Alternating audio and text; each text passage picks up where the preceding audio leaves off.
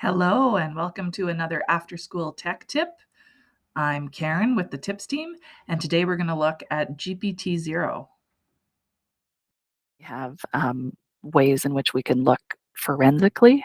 We have ways where we can provide students feedback opportunity for them to search the web using originality reports to provide reassurance that, yes, these are my words and I'm confidently going to submit it. But we also have a new and exciting emergence of the Chat GPT language model that provides incredible responses to different kinds of prompts that could be your assignment itself. So, in order to detect AI written work, we have discovered that there is a couple of programs that will use the ChatGPT programming to assist in identifying AI written work, but GPT Zero seems to be the most exciting opportunity to do so. If you have explored ChatGPT yet, you must have had lots of fun. I know I did. Here's a ChatGPT example. I typed in, should ChatGPT be available for students in the classroom? And the language that it provided back was in this paragraph. I could ask it to write this in a sonnet, in a poem, cite some sources. I just used basic response here. Because this is an artificial intelligence tool created by OpenAI, there is an option to have it create and generate more responses that are slightly different. So it really puts pressure on teachers to figure out, okay, if I put this into originality reports, nothing's going to show up because it's not really copied from anywhere on the web, but rather generated from this language model. So, another tool that we can make sure students know about and we can share with them is GPT Zero to help us distinguish between beautiful human writing and incredible writing that comes from AI.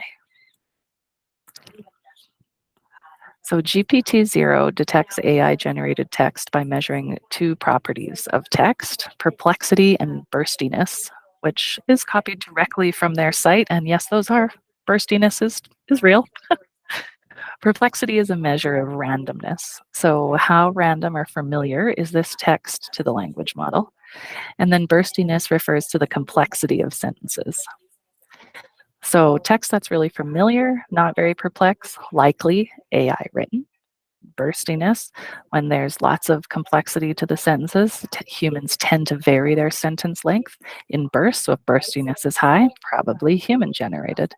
So, GPT Zero sort of takes that guesswork out for teachers by providing some feedback regarding these two factors. This is what it looks like. So you do need to manually paste in the text, or new recently is the option to upload a file. Because this isn't a batch of a full amount of student work, like a whole class set, then it's not super ideal for checking an entire class immediately. But again, this came out in November, so let's give it a little while. We know that GPT Zero is specifically geared towards educators and that its creator is working hard to provide a tool for educators, so it does just keep getting better. So if you cut and paste text here or upload a file and click Get Results, you get some results. In the first example, I cut and pasted exactly what I had from ChatGPT right into this checker, and it did indicate ChatGPT Zero saying your text is likely to be written entirely by AI. It also highlights the sentences that are likely from AI, and we got a whole lot of highlighting. We have scores and statistics from perplexity and burstiness. So again, from my AI examples, the document's perplexity is not very random and it's not very bursty, pretty much just real basic. So this would indicate then that, yeah, not human generated. If we put a mixture of the two together, if we take something that is human generated and then add in a couple like paragraph sentences that are from AI, still we have the opportunity to check. And while in this case it says the text is most likely human written, but there are some sentences with low perplexities, the sentence that is highlighted is copied and pasted right from ChatGPT. So that was a correct assessment in that case. But again, a great opportunity to have a conversation with students about where did your work come from? We know this topic is one that's evolving. Check back for weekly videos on our YouTube channel and connect with your TIPS member. Take a look at tips.epsb.ca for more resources and more resources on AI in education to come. Bye for now.